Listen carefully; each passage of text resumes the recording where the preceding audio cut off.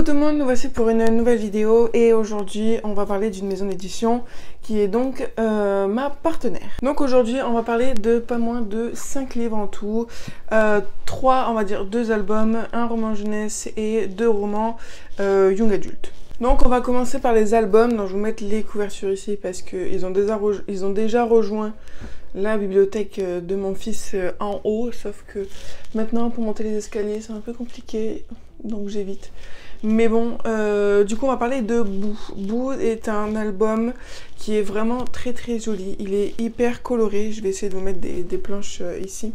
Très très coloré, avec une histoire très amusante et en fait ça va être ce petit caméléon qui va essayer de faire peur en fait à tous ses amis.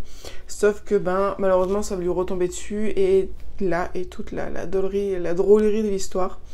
Et je trouve que c'est un album qui ouvre pas mal à la théâtralisation, c'est-à-dire que ça peut donner lieu à vraiment se mettre dans l'ambiance avec le petit comme ça et à faire semblant de faire peur. Voilà, ça peut vraiment être cool. Il n'y a pas beaucoup de phrases à lire, donc ça peut être aussi une première lecture. Voilà, c'est vraiment un album cool. Ensuite, on a Hector, juste ici, qui est aussi là-haut. Là, on est plus sur un album avec un peu plus de texte. Les illustrations sont toutes aussi jolies. Et en fait, ça va être donc Hector qui ne va pas vouloir manger un certain plat, on va dire un certain fromage, le camembert. Et en fait, ça va être l'histoire de cette petite souris qui va devoir se forcer à manger ce camembert. Et toute la morale de l'histoire réside dans le fait que tant qu'on n'a pas goûté, eh ben, on ne peut pas dire si on aime ou pas. Et du coup, je pense que ça peut être un album qui pourrait servir si on est face à un enfant difficile, si on est face à un enfant qui refuse de goûter de nouvelles choses ou ce genre de problème alimentaire. Je pense que ça peut être un parfait outil pour engager la conversation sur ce sujet en fait et pour lui montrer que ben il peut faire comme la petite souris et apprendre à goûter de nouvelles choses et peut-être que comme la souris a pris, il en deviendra dingue et il aimera énormément ce qu'à la base il disait ne pas aimer. Donc voilà, cet album m'a vraiment touchée par rapport à ça parce que j'étais une enfant difficile, alimentairement parlant, mon petit frère aussi, et c'est vrai que ben quand on n'a pas forcément d'outils comme ça, d'autres manières possibles d'expliquer que on peut goûter de nouvelles choses et on peut très bien les aimer comme ne pas les aimer, mais au moins on aura goûté et on pourra dire si oui ou non on aime réellement ou pas, parce que ben, quand on n'a pas ces outils-là, tout ce qu'on peut faire face à un enfant capricieux qui ne veut pas goûter, ben, c'est l'engueuler, ou alors lui forcer à manger son assiette, et c'est peut-être pas la meilleure des solutions, parce que ben, ça rebute l'enfant directement. Donc voilà, c'est vraiment un outil que je pense je me servirai si je suis confrontée à ce genre de problème avec Léon. Ensuite, on va parler d'un roman jeunesse qui fait complètement carton en ce moment. L'autrice Sabine Cachard est totalement submergée par les commandes. La maison d'édition est submergée par les commandes aussi, tellement qu'ils doivent refaire un tirage. Et du coup, ils refont un tirage de 1000 exemplaires, je crois. Donc, il est vraiment beaucoup apprécié. Et c'est du coup Aristide et le repère de l'araignée. Donc, là, ça va être l'histoire de Aristide qui va être forcé oui et non parce que il était au courant qu'il allait le faire et il voit ça aussi comme un certain privilège d'aller travailler dans les mines avec son père. Sauf que il va se passer des choses un petit peu étranges dans cette mine et tout va tourner autour de cette étrangeté et de l'aventure de Aristide qui va découvrir tout un nouveau monde, qui va découvrir une nouvelle manière de vivre parce que forcément il quitte l'école pour un travail. Donc il va être face à plein de nouvelles choses. Et c'était vraiment plutôt pas mal. C'était plutôt pas mal. J'ai bien aimé l'histoire avec la petite araignée.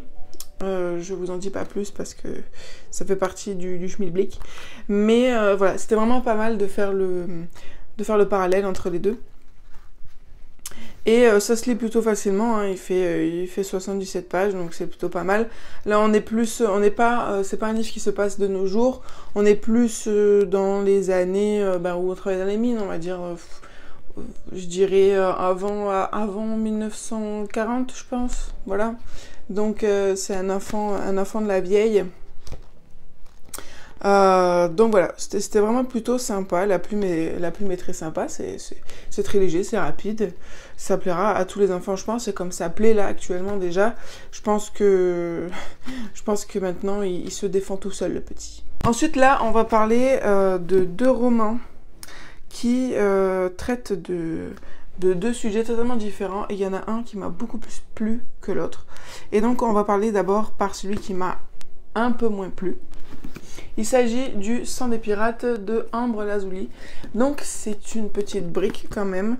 Il fait 430 pages. Il fait 430 pages.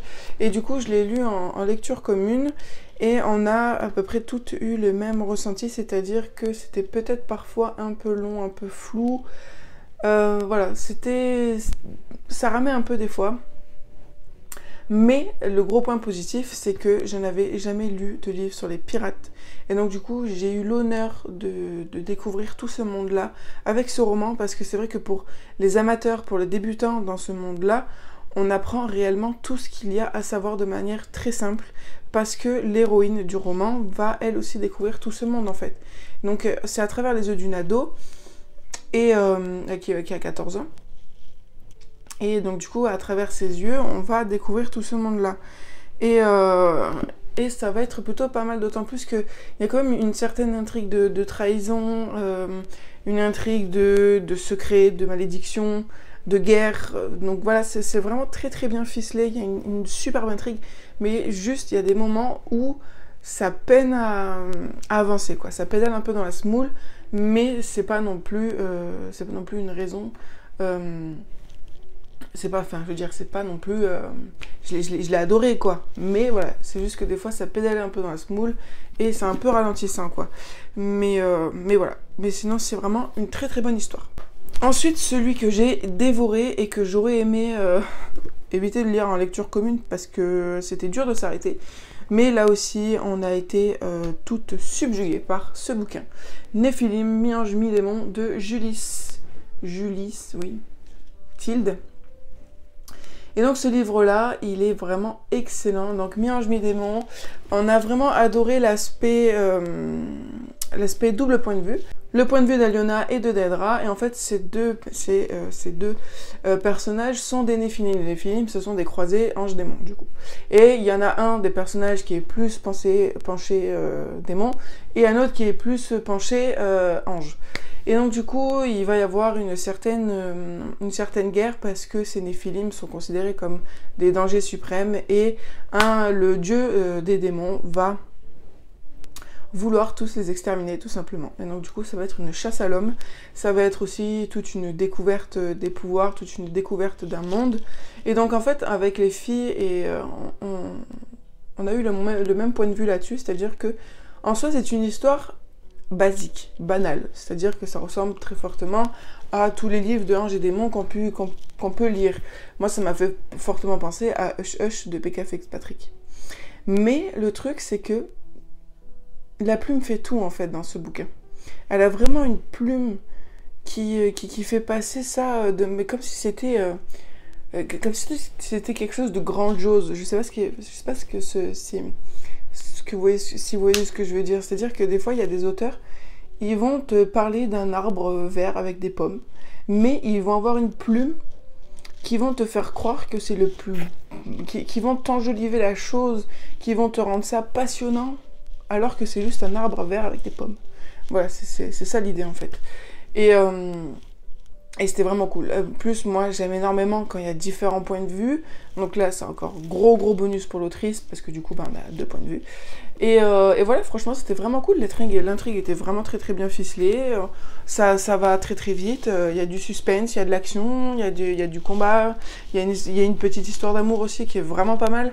Donc voilà, vraiment très très très très bonne découverte de cette autrice. Et je pense que je la suivrai sur d'autres romans si elle vient à en écrire d'autres. Donc voilà, la présentation de tous les romans est faite.